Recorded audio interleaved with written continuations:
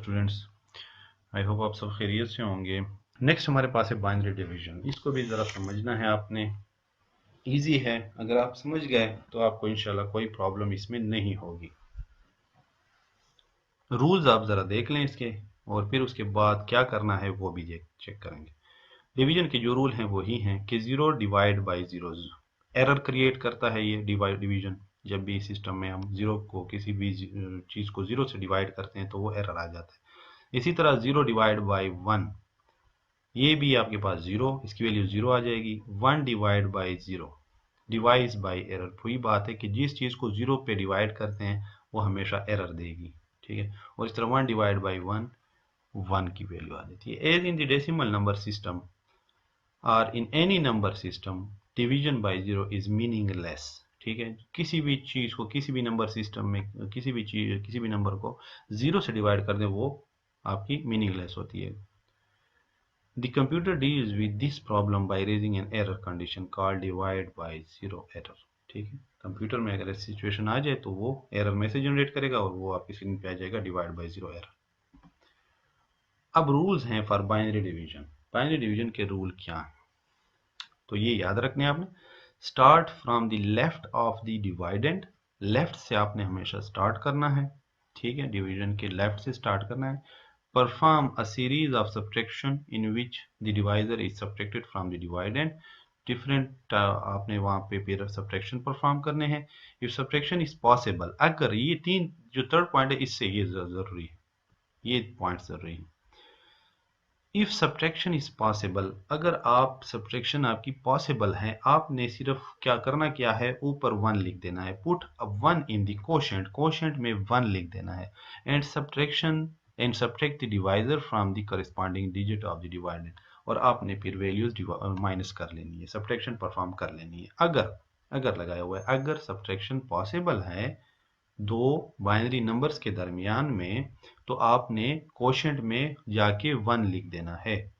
अपने पेन से 1 लिख देना है, पहली कोशेंट की वैल्यू 1 आ गई।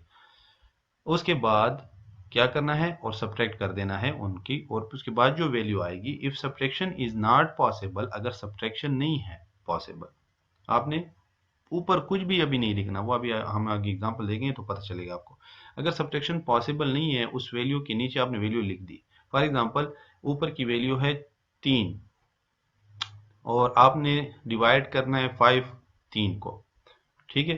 5 और 3 को डिवीजन करनी, यानी 3 को 5 पे डिवाइड करना है, तो 3 अंदर लिख दिया आपने और 5 बाहर लिख दिया। अब आपने सिर्फ ये चेक करने के लिए कि डिवाइड होता सकता है कि नहीं, आपने 5 उठा के 3 के नीचे लिख दिया। तो आपने जब देखा कि यार 3 तो ऊपर छोटा है, 5 बड़ा है, तो ये तो माइनस नहीं हो सकते, तो आपने कुछ भी नहीं किया, ऊपर जो कोशेंट का पार्ट है उसमें 0 लिख दिया कि नहीं हो सकता।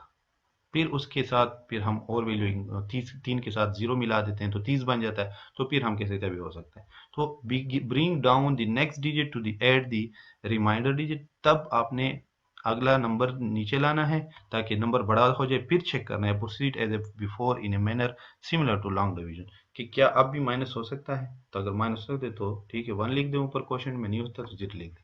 तो एग्जाम्पल से आपको समझ आएगी, एग्जाम्पल जरा देख लें और उसको अच्छी तरह समझें।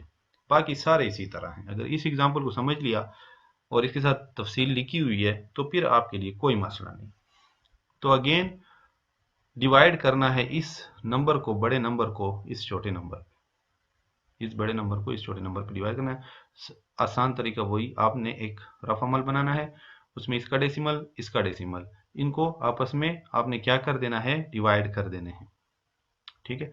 जब उसका आंसर आ जाएगा, ऊपर क्वोशंट आ जाएगा, नीचे रिमाइंडर आ जाएगा, तो उसको आपने कंपेयर करना है कि ये क्वोशंट जो है इसका बाइनरी क्या है, इसका रिमाइंडर जो आया है इसका बाइनरी क्या है। जब वो आपके इस वैल्यूज के साथ बराबर हो जाएगा तो आपका आंसर ठीक होगा। कि ऊपर क्वोशंट की जो वैल्यू बनती है, अब ये बनती है 4 जमा 1 5, ऊपर 5 आ रहा है, ठीक है। तो ये 5 बना हुआ है, तो उस 5 को आप बहुत जल्दी में निकाल लेंगे, उसका रिमाइंडर भी निकाल लेंगे। नीचे जो है आपका 3 आया हुआ है, ऊपर 5 आया हुआ है, तो इसका ये तरीका है। तो मैं इसको आपको समझा ये ना हो कि इसको करना कैसे है, रूल्स कैसे हैं। रूल्स ये हैं कि आपने ये नंबर लिखा अंदर, ठीक है, डिवाइडेंड है जो कि ये, तो इसको हमने अंदर लिखा और ये आपको इस पे डिवाइड करना है। तो हमने सबसे पहले क्या किया, कि ये वैल्यू उठा के यहाँ लिख दी सारी, फर्स्ट 3 जो ऊपर के बिट्स हैं उनके नीचे सेम एज इट इज लिख दी, divisor greater than 100 so put 0 in equation.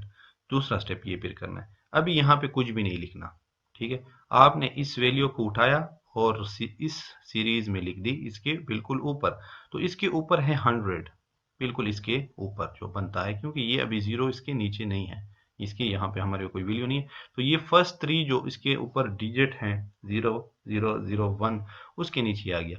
अब ये क्या है, ये तो है 110, इसकी वैल्यू ज्यादा है, और 100 ये कम है, यानी ये 100 है, ये 110 है, ये 110 है एक किस्म का, अगर एग्जांपल के तौर पे मैं इसे लूं, ये 100 है और ये 110 है, तो 110 की वैल्यू ज्यादा है या 100 की वैल्यू ज्यादा है, तो डेफिनेटली 110 की वैल्यू ज्यादा है। तो यहाँ पे हमने लिख दिया डिवाइजर, ये डिवाइजर है, ये ग्रेटर है, ठीक है, किससे, 100 से, 100 से, सो पुट 0 इन द कोशेंट, तो कोशेंट में आपने यहाँ पे फर्स्ट 0 लिख देना है। अब क्या करना है, अब ये 3 प्लस एक और 0 साथ में मिला लेते हैं, तो देखते हैं क्या अब भी ऐसा है। तो मैंने ये सारा 100 और प्लस एक इसके साथ और 0 मिला दिया, इसके साथ डिवाइडेड में पड़ा था, तो मैंने 1000 अब इसको बना दिया है। अब दोबारा मैंने ये 110 उठाया और इस तरह लिखा, क्योंकि अब मुझे यहाँ से लिखना है, यहाँ से नहीं लिखना, यहाँ से, क्योंकि 0 इसके साथ आ गया है, वहां पे आगे कुछ आइटम नहीं थे, तो हमने 100 के नीचे डायरेक्ट चेक किया, कि 100 के नीचे डायरेक्ट फर्स्ट 3 के नीचे चेक किया, जब हमारे पास एक चौथा आ गया, तो अब हमने इसको इस शेप में लिखना होगा जब भी हम माइनस करेंगे, क्योंकि नंबर बड़ा हो गया, जिसे हमने पीछे सब्ट्रैक्शन में देखा। अब ये क्या है, add digit from dividend to group used above, जो ग्रुप हमने यूज किया था 100 का, उसके साथ एक ऐड कर दो डिजिट, किससे, उसकी अपने डिवाइडेंड से, तो डिवाइडेंड से हमने एक 0 और ऐड कर दिया। सब्ट्रैक्शन पॉसिबल, जी सब्ट्रैक्शन अब हो सकती है, सो पुट 1 इन ए कोशेंट, बस ये आपने कर देना है, कि आपने जब देखा कि सब्ट्रैक्शन हो सकती है जी, तो हमने 1 पुट कर दिया, ये 1 आ गया, पहले 0 था क्योंकि यहाँ नहीं हो सकती थी, तो हमने 0 लगा दिया, जब अब हो सकती है तो हमने 1 लगा दिया। अब हम माइनस करते हैं, सब्ट्रैक्शन करते हैं इसके दरमियान में, तो आपने सब्ट्रैक्शन का फार्मूला पता है आपको, कि किस चीज से कौन सा बिट माइनस करेंगे तो क्या आएगा, तो वो आपने करना है। तो यहाँ पे अब हम देखते हैं कि हम कैसे कर रहे हैं, ये देखें 0 से 0 गया, ठीक है, 0 हो गया। अब यहां से देखें, यहाँ पे 0 -1 है, यहाँ भी 0 -1 है, तो अब तो एक मसला है, वो मसला क्या है आप समझ गए होंगे, कि इस 1 को हमने यहां तक लाना है, इस 1 को, आखिरी 1 को हमने यहां तक लाना है। जब मैं इस 1 को इसके साथ पहले मिलाऊंगा तो ये 2 बन जाएगा, और फिर इससे जब ये एक 1 में ले लूंगा तो ये 2 बन जाएगा, और यहाँ 1 रह जाएगा, यहाँ 0 हो गया तो खत्म हो गया, ये इसने ये 1 गया इसके साथ मिला, तो यहाँ पे बन गया 2, ठीक है, 10 बन गया था, जो 2 होता है डेसिमल में।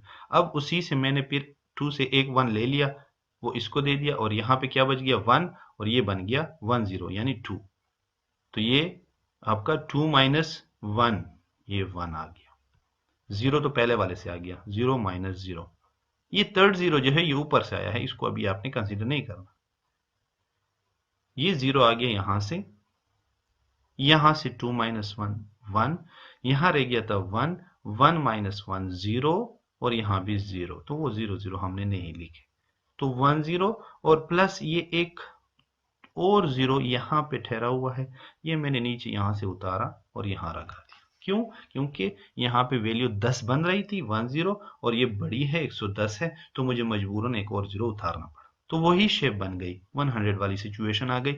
मैंने जब इसके नीचे 110 लिखा, ये वाला, ये यहाँ पे स्टेप डिफाइन भी है, reminder from subtraction plus digit from dividend, एक हमने रिमाइंडर निकाला है 10, और फिर प्लस एक डिजिट ऊपर से उतारा है यहाँ डिवाइडेंड से, वो था 0, ठीक है जी, वो यहाँ आ गया। अब डिवाइजर ग्रेटर है, फिर अगेन 110 है, ये 100 है, तो ये ग्रेटर है, सो पुट 0 इन द क्वोशेंट, हमने दोबारा क्वोशेंट में 0 लगा दिया आंखें बंद करके। अब दोबारा हमारे पास एक और वैल्यू है, तो हम इस 100 को लिखते हैं, प्लस ये 1 उतार देते हैं जो इसके डिवाइडेंड में है, तो इसके साथ हमने ये उतारा, जब हमने दोबारा देखा तो जी अब हो सकती है, जी ये हो सकती है, अब तो ये तो 1001 बन गया, 110 है, तो जी अब हो सकती है, add digit from dividend to group, ठीक है, इस ग्रुप में डिवाइडेंड से एक डिजिट ऐड कर दो, तो हमने 1 को ऐड कर दिया, वो यहाँ आ गया। अब सब्ट्रैक्शन पॉसिबल है, सो पुट 1 इन ए क्वोशिएंट। क्वोशिएंट में हमने ये 1 लिख दिया। अब इनको माइनस किया, 1 माइनस 0 1, और देन अगेन वही सिस्टम सारा किया हमने। यहाँ पे 2 माइनस 1 होगा तो वो 1 हो जाएगा, यहाँ 1 रह गया था, 1 माइनस 1 0, और यहाँ भी 0, तो 1 1। अब हमारे पास डिवाइडेंड में वैल्यूज खत्म हो गई हैं उतारने के लिए इसके नीचे। अगर यहाँ पे एक भी वैल्यू हमें मिल जाती, वो 0 फॉर एग्जाम्पल मिल जाती, तो हमारा ये कंप्लीट चला जाता 110।